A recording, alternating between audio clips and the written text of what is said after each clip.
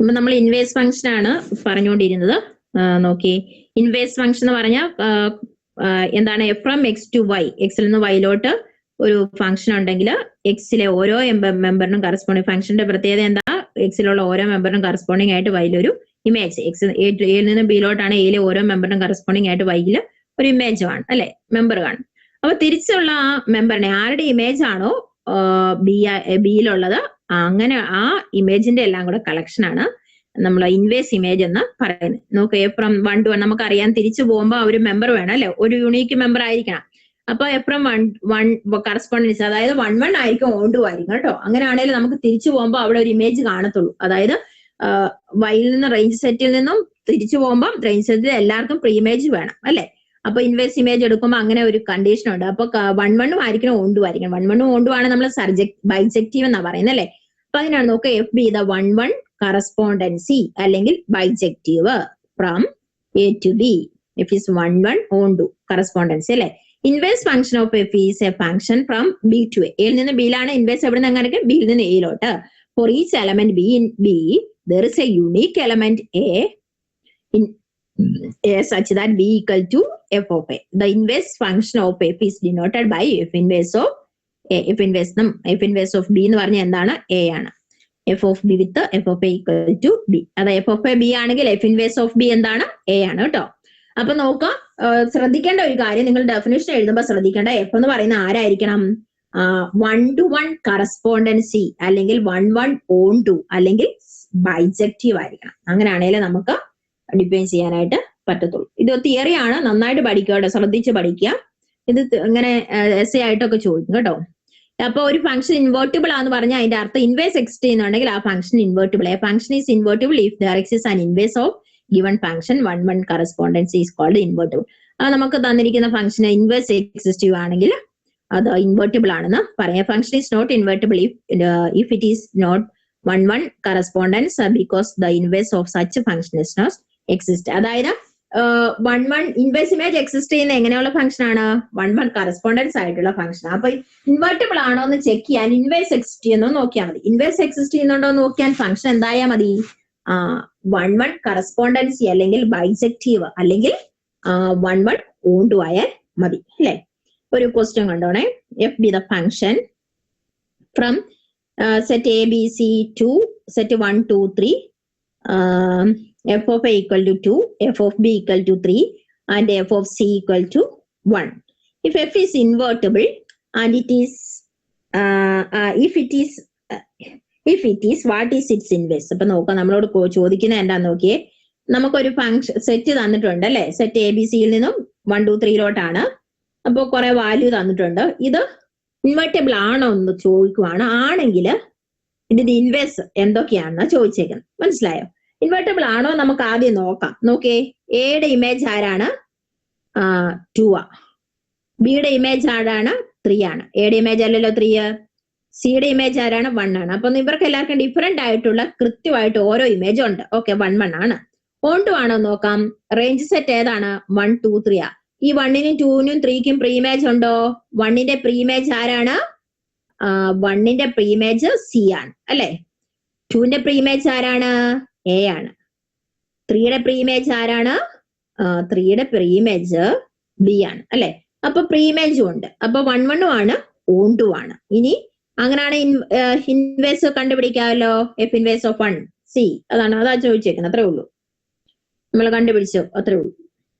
ഇനി അടുത്തൊരാണ്, ഒരു ക്വസ്റ്റ്യൻ ആണ്. ഇത് നമ്മൾ മുമ്പേ പ്രൂഫ് നമ്മൾ ചെയ്താണ് കേട്ടോ മുമ്പേ അല്ലെ. Let f from Z to Z such that f of x പറഞ്ഞാൽ എക്സ് പ്ലസ് 1 ആണ്. Is f is invertible and if it is what is the inverse. അപ്പൊ നോക്കുക, നമ്മളോട് ചോദിച്ചിരിക്കുന്നതാണ്, തന്നിരിക്കുന്ന ഫംഗ്ഷൻ ഇൻവേർട്ടിബിൾ ആണ്. ഇൻവേർട്ടിബിൾ ആണോ എന്ന് ചെക്ക് ചെയ്യാൻ എന്ത് വേണം? 1 ആയിരിക്കണം, ഇൻജക്റ്റീവ് ആയിരിക്കണം, സബ്ജക്റ്റീവ് ആയിരിക്കണം. 1 ആയിരിക്കണം, ഓൺ ടു ആയിരിക്കണം. ഇൻജക്റ്റീവ് 1 അല്ലെങ്കിൽ ഇൻജക്റ്റീവ്, ഓൺ ടു അല്ലെങ്കിൽ സബ്ജക്റ്റീവ്. ഈ 2 കണ്ടീഷൻ ഹോൾഡ് ചെയ്യണം അല്ലെ. അപ്പൊ നമ്മൾ ശ്രദ്ധിക്കേണ്ട ഒരു കാര്യം, നിങ്ങൾ എക്സാമിന് എഴുതുമ്പോഴേ ഇത് അറിയത്തില്ലേ പോലും എന്ത് കണ്ടീഷൻ ആണെങ്കിലും എഴുതി വെച്ചാൽ മാർക്ക് കിട്ടും കേട്ടോ. അപ്പൊ നിങ്ങൾക്ക് അറിയാവുന്നതാണ്. അപ്പൊ നോക്കുക, ഇൻജക്റ്റീവ് ആകുമെന്ന് പറഞ്ഞ ഇമേജ് സെയിം ആകുമ്പോൾ എന്തായിരിക്കണം?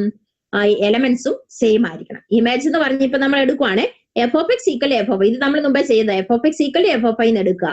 എഫ് ഓഫ് എക്സ് പറഞ്ഞാൽ എന്താ തന്നിട്ടുണ്ട് x+1. അപ്പൊ എഫ് ഓഫ് ഐ എന്തായിരിക്കും? എക്സിന് പകരം y ഇട്ട് കൊടുത്താൽ മതി, y+1 അല്ലെ. രണ്ട് ഈക്വൽ ആകുമ്പോൾ 1 ഉം 1 ഉം ക്യാൻസൽ ആയിപ്പോ അല്ലെ. 1 അങ്ങ് അപ്പുറത്തോട്ട് പോകുമ്പോൾ -1 ആവും, 0 ആയിപ്പോ. അപ്പൊ x = y എന്ന് കിട്ടി. അപ്പൊ ശരിയല്ലേ? F of X = F of I ആണെങ്കിൽ x = y എന്ന് വന്നാൽ അത് ഇൻജെക്റ്റീവ് ആണ്. ഇനി സർജക്റ്റീവ് ആവോ നോക്കാൻ വേണ്ടിയിട്ട് നമുക്ക് പ്രീമേജ് എക്സിസ്റ്റ് ചെയ്യുമെന്നാണ് നമ്മൾ നോക്കുന്നത് അല്ലെ. അപ്പൊ we have function is said to be surjective എപ്പോഴാണ്? For every b belongs to b there is an element a belongs to a such that b belongs to f of a. അതാണ് നമ്മൾ prove ചെയ്യേണ്ടത് അല്ലെ. അപ്പൊ F of X = x+1 എന്ന് തന്നിട്ടുണ്ട് അല്ലെ.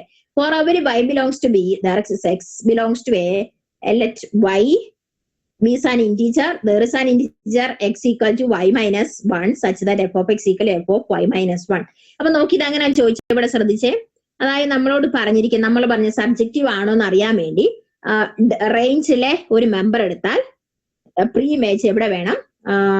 ഡൊമൈനി വേണം അല്ലെ. അപ്പൊ നമുക്ക് ഇവിടെ തന്നിരിക്കുന്ന നോക്കി എഫ് ഓഫ് എക്സ് = x+1 കണ്ടോ. F of X = x+1. അതായത് ഡൊമൈനിൽ ഒരു എക്സ് എടുത്താൽ റേഞ്ചിൽ ആരാ? എക്സിന്റെ കൂടെ 1 കൂട്ടിയാ വരും അല്ലെ.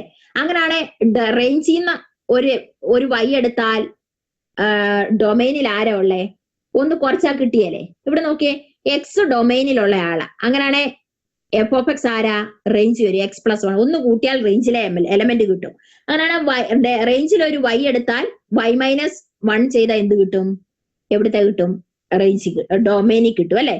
അതാണ് ഇവിടെ പറഞ്ഞിരിക്കുന്നത്. For every y belongs to b there is x belongs to a such that y be an integer there is an integer x = y-1. ശരിയല്ലേ? ഞാനൊരു y എടുത്തിട്ടുണ്ടെങ്കിൽ അതിനോടുകൂടി 1 കുറച്ചാൽ ഇവിടെ ഇപ്പറേ ഒരു x കിട്ടും.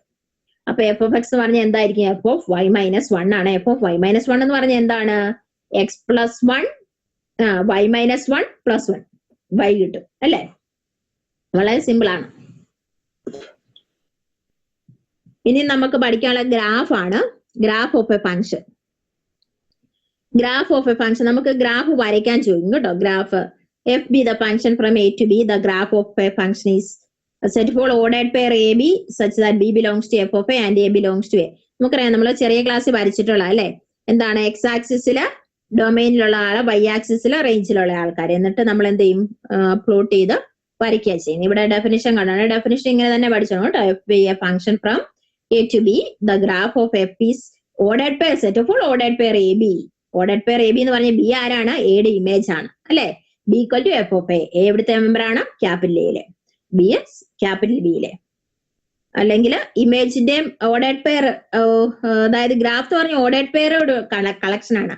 ഫസ്റ്റ് മെമ്പർ ഡൊമൈനിലെ മെമ്പർ, സെക്കൻഡ് മെമ്പർ റേഞ്ച് സെറ്റിലെ member അല്ലെ. അതിന്റെ ഇമേജ് അല്ലെ. അതാണ് പറഞ്ഞിരിക്കുന്നത്. അപ്പൊ നമുക്ക് നോക്കിയാൽ describe the graph of the following function. നമുക്ക് തന്നിരിക്കുന്ന ഒരു ഫംഗ്ഷൻ ആണ് f from z to z f of x = x². The graph of f is the set of ordered pairs or the form x, f of x. That is x, x², where x is an integer. ഇവിടെ നോക്കിയേ, നമ്മളോട് തന്നിരിക്കുന്ന F of X = x². അപ്പൊ graph എന്ന് പറയുമ്പോൾ എന്താണ്? x, f of x ഫോമിലുള്ളവരെ അല്ലെ. x, x² ഫോമിലുള്ളവരെ എല്ലാം കൂടെ എടുത്ത് പ്ലോട്ട് ചെയ്താൽ നമുക്ക് അതിന്റെ ഗ്രാഫ് കിട്ടും. ശ്രദ്ധിക്കുക, എഫ് ഓഫ് എക്സ് = x². അങ്ങനെയാണെങ്കിൽ എങ്ങനെയാണ് ഗ്രാഫ് വരയ്ക്കുന്നത്? Ordered pair x, f of x. x, x² എടുത്താൽ എന്ത് കിട്ടും? ഗ്രാഫ് കിട്ടും. ഇവിടെ നോക്കിയേ, നമ്മൾ അത് വരയ്ക്കാൻ വേണ്ടി നമ്മളൊരു ടേബിൾ ഉണ്ടാക്കുവാണ്. എക്സ് y എന്ന് പറഞ്ഞ x² അല്ലെ. x = f of x അല്ലെ.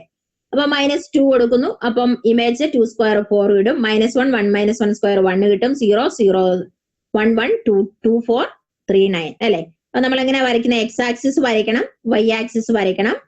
എക്സ് ആക്സിസിന് നെഗറ്റീവ് ആകുമ്പോൾ ഇങ്ങോട്ട് പോകും, പോസിറ്റീവ് അപ്പുറത്തോട്ടും പോകും അല്ലെ. അപ്പൊ ഇവിടെ നോക്കാം എങ്ങനെയാണ്? -2 കറസ്പോണ്ടിങ് ആയിട്ട് ആരാ കിട്ടുന്നേ? 4. അപ്പം -2 4 ഇവിടെ പ്ലോട്ട് ചെയ്തു. ഓക്കെ. -1 കറസ്പോണ്ടിങ് ആയിട്ട് +1 -1 +1 ഇവിടെ പ്ലോട്ട് ചെയ്തു. 0 0 പിന്നെ 1 ആകുമ്പോൾ 1 1 2 ആകുമ്പോൾ 2 4. ഇങ്ങനെ നമുക്ക് ഗ്രാഫ് വരയ്ക്കാം. ഇതുപോലെ ഗ്രാഫ് വരയ്ക്കാൻ ചോദിക്കും. നിങ്ങൾ ഇതെല്ലാം ചെറിയ ക്ലാസ് പഠിച്ചിട്ടുള്ളതാണ് അല്ലെ. അപ്പൊ അടുത്തായിട്ട് f of x = x² is invertible. Here f is not invertible because f is not own to function. ഒരു ഫംഗ്ഷൻ ആണ് to r ലോട്ട് ഡിഫൈൻ ചെയ്തേക്കുന്നത്. നമ്മൾ അവിടെ f of x = x² onto ആന്ന് ബൈജക്റ്റീവ് ആന്ന് പറഞ്ഞായിരുന്നു അല്ലെ. അവിടെ ഒരു കാര്യമുണ്ട്. എന്തുകൊണ്ടാ ബൈജക്റ്റീവ് ആന്ന് പറഞ്ഞെന്ന് അറിയാവോ? z to z ആയിരുന്നു അല്ലെ? ഇവിടെ നമ്മൾ പറഞ്ഞിട്ടില്ലായിരുന്നോ? Z to Z ആകുമ്പോൾ